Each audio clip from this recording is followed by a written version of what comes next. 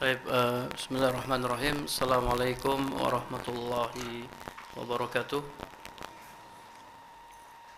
Innal hamdalillah nahmaduhu wa nasta'inuhu wa nastaghfiruh wa na'udzu billahi min shururi anfusina wa min sayyiati a'malina.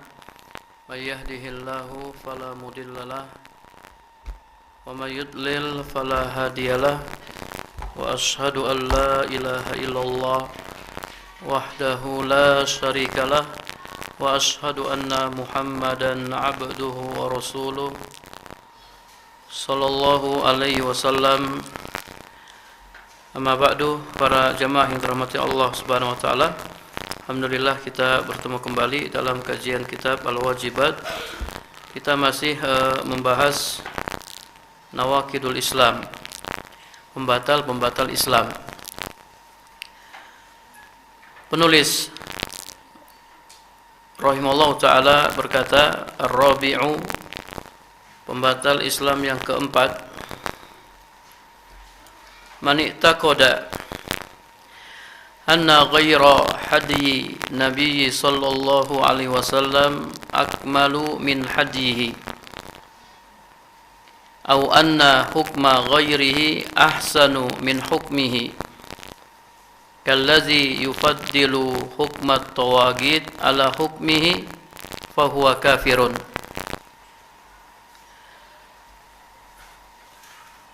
Barang siapa meyakini bahwasanya selain petunjuk Nabi sallallahu alaihi wasallam lebih sempurna dari petunjuknya, dari petunjuk Nabi sallallahu alaihi wasallam, atau dia meyakini bahwa hukum selain Nabi lebih bagus dari hukumnya, seperti orang yang mengutamakan hukum tagut atas hukumnya, fahuwa kafirun, maka dia kafir. Perhatikan perkataan penulis, Man i'taqada, barang siapa yang meyakini.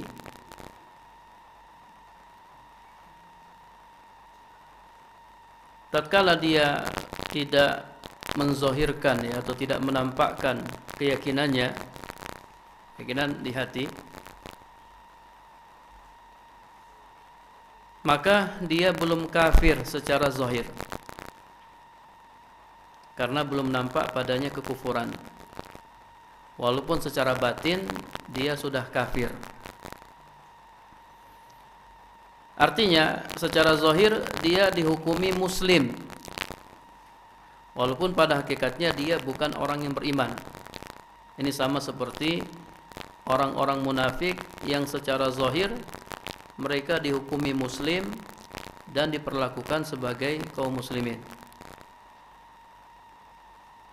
Akan tetapi tatkala dia menampakkan keyakinannya dengan mengatakan, saya berpendapat selain petunjuk Nabi lebih sempurna daripada petunjuknya, atau dia mengatakan hukum selain Nabi lebih bagus daripada hukumnya, maka ketika itu dia sudah kafir secara zahir.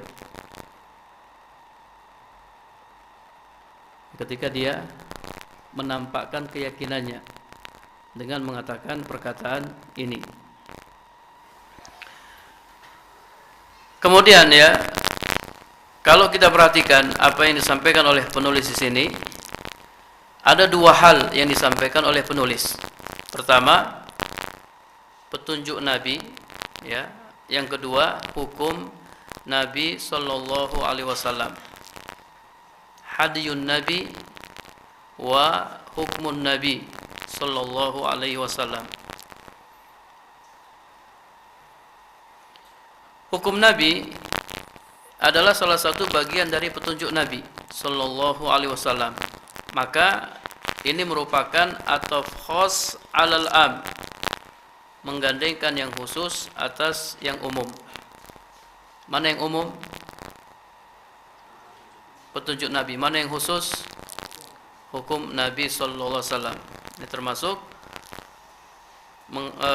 ataf khas alal am, menggandengkan yang khusus atas yang umum. Baik, kita bahas yang pertama, petunjuk Nabi sallallahu alaihi wasallam. Petunjuk Nabi sallallahu alaihi wasallam meliputi sirah beliau. Ini perjalanan hidup Nabi sallallahu alaihi wasallam secara umum dalam segala hal. Tidak hanya dalam masalah hukum. Maka yang harus kita yakini adalah sebaik-baik petunjuk adalah petunjuk Nabi sallallahu alaihi wasallam. Sebaik-baik sirah adalah sirah Nabi sallallahu alaihi wasallam. Sebaik-baik akhlak dan perilaku adalah akhlak dan perilaku Nabi sallallahu alaihi wasallam. Ini harus kita yakini. Tidak ada di sana ajaran yang lebih bagus dibandingkan ajaran Nabi sallallahu alaihi wasallam. Ajaran yang paling bagus adalah ajaran Nabi sallallahu alaihi wasallam. Ya, ini harus kita yakini. Oleh karenanya, barang siapa beriktikad, ya, berkeyakinan, atau dia mengatakan di sana ada ajaran selain Nabi sallallahu alaihi wasallam yang lebih bagus dibandingkan ajaran Nabi, maka telah batal keislamannya. Siapa mengatakan di sana ada ajaran selain Nabi yang lebih bagus dibandingkan ajaran Nabi sallallahu alaihi wasallam, maka telah batal keislamannya. Kalau kita dapati ada sebuah tuntunan dari Nabi sallallahu alaihi wasallam dalam ini seluruh perilaku kehidupan yang dituntunkan oleh Nabi sallallahu alaihi wasallam sebagai ajaran agama, ya, bukan jibiliyah, itu perkara yang beliau lakukan sebagai seorang manusia, kan, tetapi ini merupakan tuntunan, lalu dia berpendapat ada yang lebih bagus dari itu, maka dia telah kafir.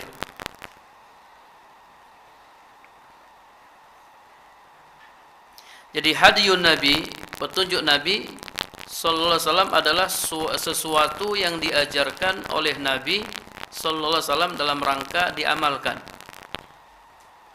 baik yang sifatnya wajib maupun sunnah, bukan perkara yang mubah.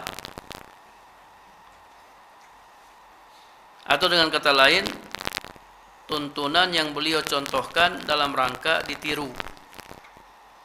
Itu petunjuk Nabi sallallahu alaihi wasallam. Adapun yang sifatnya jibiliyah, baik secara penciptaan maupun secara adat keseharian yang bukan untuk ditiru, maka ini tidak termasuk dalam petunjuk Nabi sallallahu alaihi wasallam. Ya, jadi ana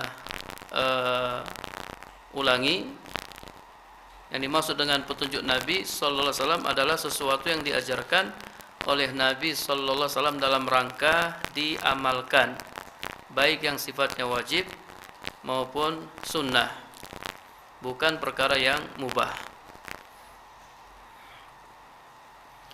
Tapi ini yang pertama, ya, hadiyun Nabi, petunjuk Nabi sallallahu alaihi wasallam. Kemudian yang kedua, hukum Nabi sallallahu alaihi wasallam. Penulis berkata,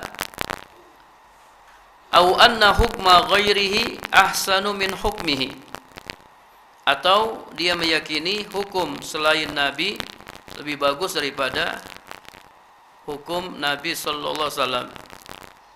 Seperti orang yang mengutamakan hukum tagut atas hukumnya, maka dia kafir. Taib, kapan seseorang dianggap kafir? Ketika dia berhukum dengan hukum selain Nabi sallallahu alaihi wasallam atau dengan hukum selain Allah. Hukum Nabi ya hukum Allah. Kapan seseorang dianggap kafir? Ketika dia berhukum dengan hukum selain Allah. Kata para ulama, yang pertama, orang yang beranggapan hukum selain Allah lebih baik daripada hukum Allah. Jadi garis bawahi, lebih baik. Dia berpendapat hukum selain Allah lebih baik daripada hukum Allah. Maka orang ini kafir. Yang kedua, orang yang beranggapan hukum selain Allah sama baiknya dengan hukum Allah. Ini juga kafir. Yang ketiga, orang yang beranggapan hukum selain Allah lebih jelek dari hukum Allah, tapi dia memperbolehkan berhukum dengan hukum selain Allah. Ini juga kafir. Jadi hukum selain Allah lebih jelek daripada hukum Allah, tapi boleh berhukum dengan hukum selain Allah. Nah, ini juga kafir. Yang keempat, orang yang merendahkan hukum Allah. Karena merendahkannya, maka dia tidak mau melaksanakan hukum Allah. Dia lebih memilih hukum selain Allah. Ini juga kafir.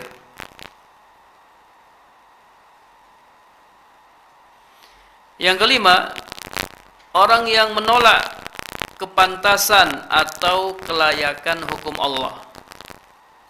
Hukum Allah sudah tidak layak lagi di zaman ini. Layaknya di zaman dulu.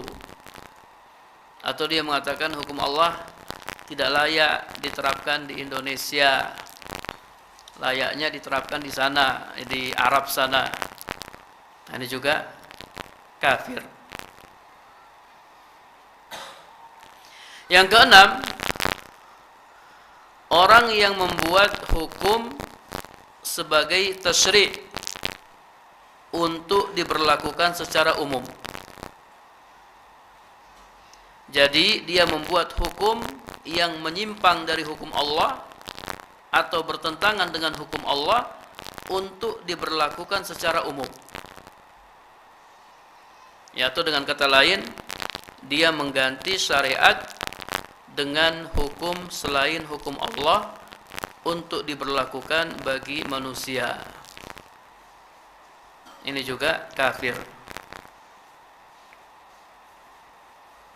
Kemudian yang ketujuh, ini yang masih diperselisihkan oleh para ulama tentang kafir atau tidak kafir, yaitu orang yang menjadi kebiasaannya atau adatnya, kalau dia berhukum, maka dia berhukum dengan hukum selain Allah. Sebagian ulama yang berpendapat ini termasuk pembatal Islam beralasan dengan perkataan salaf bahwa riya yang masih syirik asghar adalah yasirur riya, riya yang sedikit. Yasirur riya itu riya yang syirik asghar. Kalau riyanya sering dan biasa dilakukan, maka menjadi pembatal Islam, menjadi riya besar. Riyanya orang-orang munafikin. Orang yang riyanya terus-menerus dan lebih dominan daripada ikhlasnya, maka dia bukan orang mukmin. Maka demikian pula orang yang berhukum dengan selain hukum Allah, kalau dilakukan terus-menerus dan menjadi adat kebiasaannya, menjadi daidanuhu, maka dia kafir. Misalnya orang yang dipersilahkan untuk berhukum. Silakan antum berhukum. Apakah ia akan berhukum dengan hukum Allah atau berhukum dengan hukum selain Allah? Disuruh milih. Kau mau berhukum dengan hukum Allah atau berhukum dengan hukum selain Allah? Maka dia lebih sering berhukum dengan hukum selain Allah. Keluar dari syariat atau melanggar hukum syariat. Setiap ada kasus, dia berhukum dengan hukum selain Allah. Padahal dia punya pilihan untuk berhukum dengan hukum Allah. dan terus begitu menjadi adat dan kebiasaannya. Walaupun terkadang sesekali dia berhukum dengan hukum Allah kalau pas menguntungkan. Ini kalau berhukum dengan hukum Allah menguntungkan, maka dia berhukum dengan hukum Allah. Jadi dia lebih sering berhukum dengan hukum selain Allah. Ini sebagian ulama mengatakan orang yang seperti ini kafir, karena menjadi kebiasaannya berhukum dengan hukum selain Allah. Taib, ini rincian ya, orang yang kafir yang berhukum dengan hukum selain Allah atau berhukum dengan hukum selain Nabi Sallallahu Alaihi Wasallam. Yang keempat, orang yang merendahkan hukum Allah. Karena merendahkannya, maka dia tidak mau melaksanakan hukum Allah. Dia lebih memilih hukum selain Allah.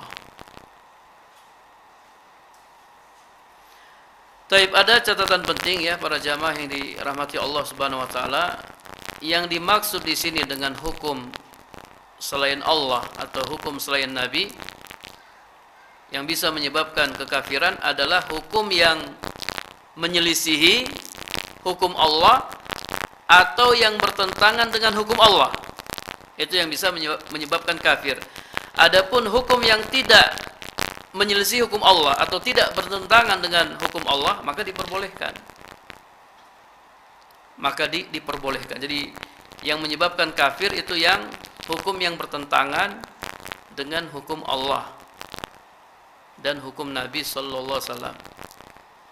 Hukum yang menyelisihi hukum Allah dan hukum Nabi sallallahu alaihi wasallam. Adapun yang tidak menyelisihi dan tidak bertentangan dengan hukum Allah, maka diperbolehkan.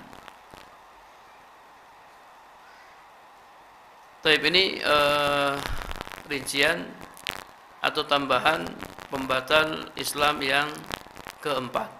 Sekarang kita baca syarah yang disampaikan oleh penulis. Kata pensyarah, hadzan nakidu yashmulu amrayn. Pembatal ini mencakup dua perkara. Yang pertama, man i'taqada, barang siapa yang meyakini, ai mujarrad i'tiqad faqat biduni fi'lin, sekedar meyakini saja tanpa melakukan. Dia meyakini bahwa selain petunjuk Nabi sallallahu alaihi wasallam, kainan mangkana, siapapun orangnya, lebih sempurna dari petunjuk Nabi sallallahu alaihi wasallam, fahuwa kafirun, maka dia kafir. Jadi hanya sekedar meyakini saja sudah bisa menyebabkan kafir. Tapi tadi kafir secara batin. Kafir secara batin. Belum kafir secara zahir. Kapan dia kafir secara zahir? Ketika dia menampakkan keyakinannya dengan mengatakan, dengan mengucapkan hukum selain Nabi atau petunjuk selain Nabi lebih utama daripada hukum dan petunjuk Nabi sallallahu alaihi wasallam. Ketika dia menzahirkan dengan mengatakannya, maka dia telah kafir secara zahir. Tapi ketika dia menyembunyikan keyakinannya dalam batinnya, dia kafir secara batin. Sebagaimana orang-orang munafik. Tapi ini hanya sekedar meyakini saja bisa menyebabkan kafir. Fa kaifa idza fa'ala zalika wa tabbaqa hudya ahli dhalal. Lalu bagaimana lagi jika dia mengamalkannya dan menerapkan petunjuk orang-orang yang sesat? Sekedar meyakini aja bisa mengkafirkan, apalagi dia amalkan, dia praktikkan petunjuk orang-orang yang sesat, petunjuk selain petunjuk Nabi sallallahu alaihi wasallam. Tentu ini lebih kafir lagi. Kafirnya batin dan zahir. Kafir secara batin dan kafir secara zahir. Apa makna petunjuk? Al-hadiyu maknanya at-tariqatu was-siratu, jalan dan perjalanan hidup. Fasiratun Nabi sallallahu alaihi wasallam ahsanu min sirati kulli ahadin. Perjalanan hidup Nabi sallallahu alaihi wasallam ahsanu, lebih bagus daripada perjalanan siapapun. Silakan antum baca Sirah Nabawiyah, perjalanan hidup Nabi sallallahu alaihi wasallam. Perjalanan hidup beliau ahsanu, lebih bagus daripada perjalanan siapapun. Wa tariqatuhu akmalu min tariqati kulli ahadin. Jalan beliau lebih sempurna daripada jalan siapapun.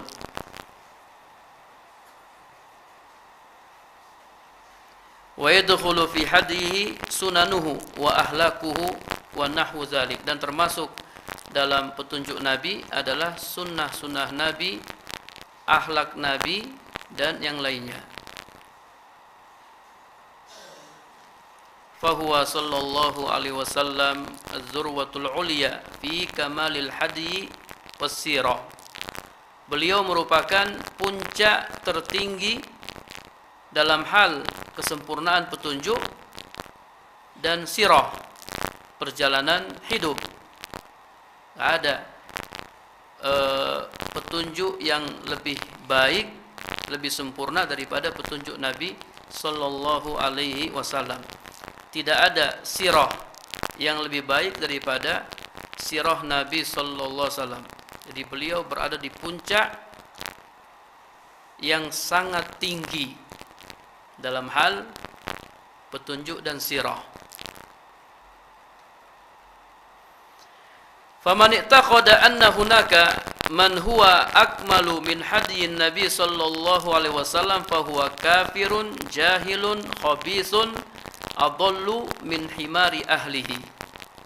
Nah, barang siapa yang meyakini di sana ada orang yang lebih sempurna petunjuknya daripada petunjuk Nabi sallallahu alaihi wasallam, maka dia kafir, dia jahil, khabis, ya, buruk, adallu min himari ahlihi, lebih sesat dari keledai keluarganya.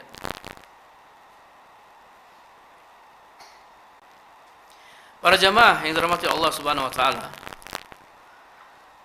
musuh-musuh Nabi sallallahu alaihi wasallam di zamanihi wa ba'da zamanihi, di zamannya dan setelah zamannya, itu semuanya mengakui kemuliaan Nabi sallallahu alaihi wasallam, kejujuran beliau, sifat amanah beliau, akhlak beliau, dan sirah mardiyah, perjalanan hidup beliau yang diridhoi.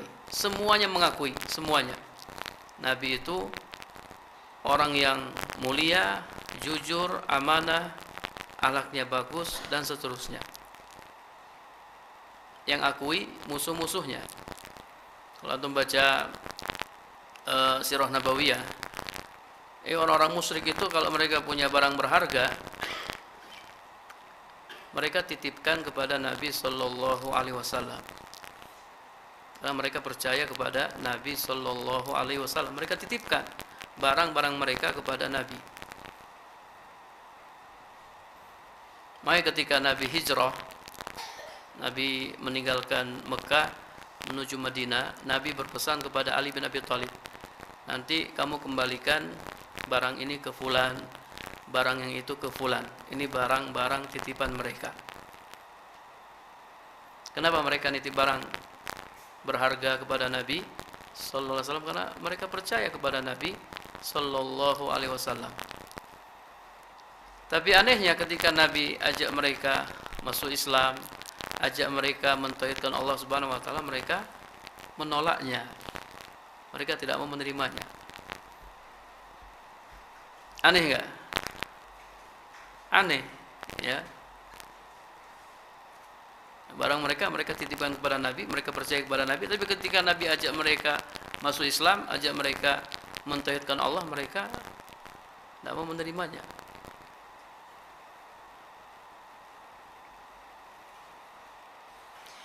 Wa inna ma'abu alaihi wa naqamu minhu tasfiha ahlamihim wa aibi alihatihim bizamihim dzalika.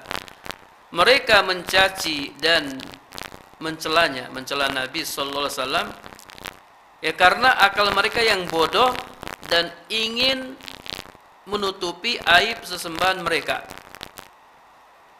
sebagaimana sangkaan mereka. Ya, karena mereka bodoh, jahil mereka. Kenapa mereka mencaci Nabi, mencela Nabi? Karena mereka bodoh dan mereka ingin menutupi aib sesembahan mereka.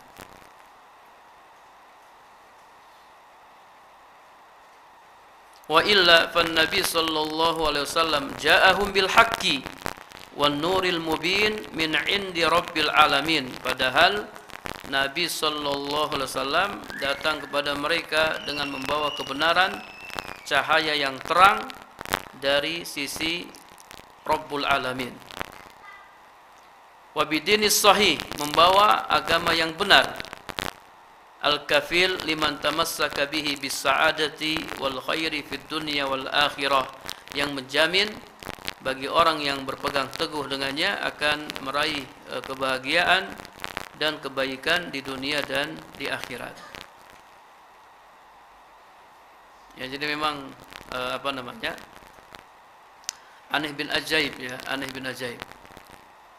Antum pun kalau dikenal baik di tengah-tengah keluarga, masya Allah ya, fulan baik, akhlaknya baik, jujur, terpercaya. Tapi kalau antum nyampaikan tauhid, nyampaikan sunnah, antum pasti dibenci sama keluarga antum. Jangan heran ya, jangan kaget. Nabi aja dibenci oleh pamannya Abu Lahab. Ketika Nabi pertama dilahirkan oleh ibunya, yang paling bahagia siapa? Abu Lahab. Abu Lahab, ya, paman Nabi, bahagia, senang dengan kelahiran Muhammad. Tapi ketika Nabi Muhammad sallallahu alaihi wasallam menyampaikan dakwah tauhid, Nabi dibenci oleh Abu Lahab dan sangat dibenci oleh Abu Lahab. Ini sudah sunnatullah, ketetapan Allah Subhanahu wa taala. Jadi antum jangan kaget ya kalau antum dibenci, kemudian dituduh macam-macam, dicela, dicaci maki hanya karena antum menyampaikan dakwah tauhid, menyampaikan kebenaran. Ini sudah sunnatullah. Taib, ini yang pertama ya. Yang kedua, al-amru tsani, man i'taqada anna hukma ghairihi ahsanu min hukmihi mujarrad i'tiqad walau lam yaf'al fahuwa kafirun. Barang siapa meyakini bahwasanya hukum selain Nabi lebih bagus daripada hukum Nabi, sekedar meyakini saja walaupun dia tidak mengamalkannya, dia tidak melakukannya, fahuwa kafirun, maka dia kafir. Jadi ya, kita harus meyakini hukum yang paling bagus hukum Nabi. Walaupun mungkin hukum Nabi belum diterapkan di tempat kita, tapi kita harus yakin hukum Nabi lebih bagus daripada yang lainnya.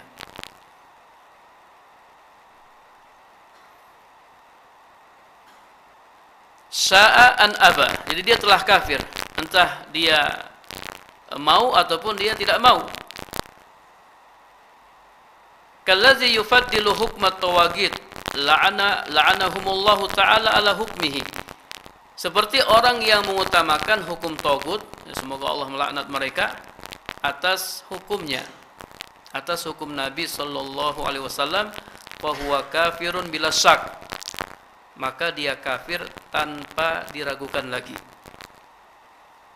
Orang yang mengutamakan hukum tagut daripada hukum Nabi, dia kafir.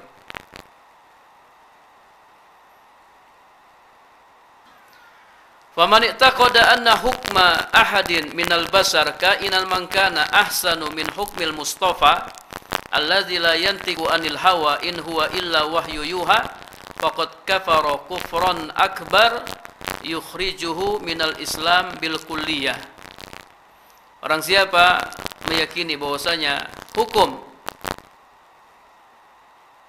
seseorang, ya siapapun orangnya, lebih bagus daripada hukum Mustafa, daripada hukum Nabi sallallahu alaihi wasallam yang tidak berbicara dari hawa nafsunya kecuali wahyu yang diwahyukan kepadanya, maka sungguh dia telah kafir dengan kufur akbar, yukhrijuhu minal Islam bil kulliyah, yang mengeluarkannya dari agama Islam secara keseluruhan. Kafir ya para jemaah, kafir orang yang meyakini selain hukum Nabi lebih bagus daripada hukum Nabi sallallahu alaihi wasallam. Kama yufaddilul qawanin al-wad'iyah ala hukmillahi wa rasulihi fa huwa kafirun. Seperti orang yang lebih mengutamakan undang-undang buatan manusia atau hukum manusia daripada hukum Allah dan Rasulnya, fa huwa kafirun, maka dia kafir.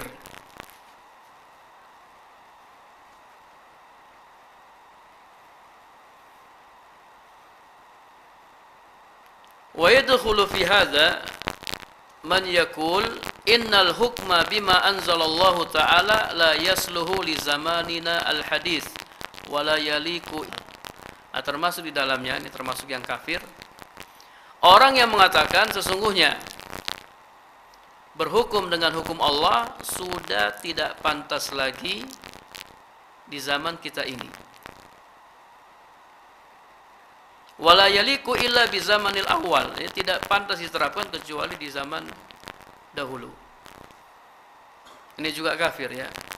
Kadang kita mendengar orang-orang yang mengaku Islam yang mengatakan ucapan hukum Allah sudah enggak pantas lagi.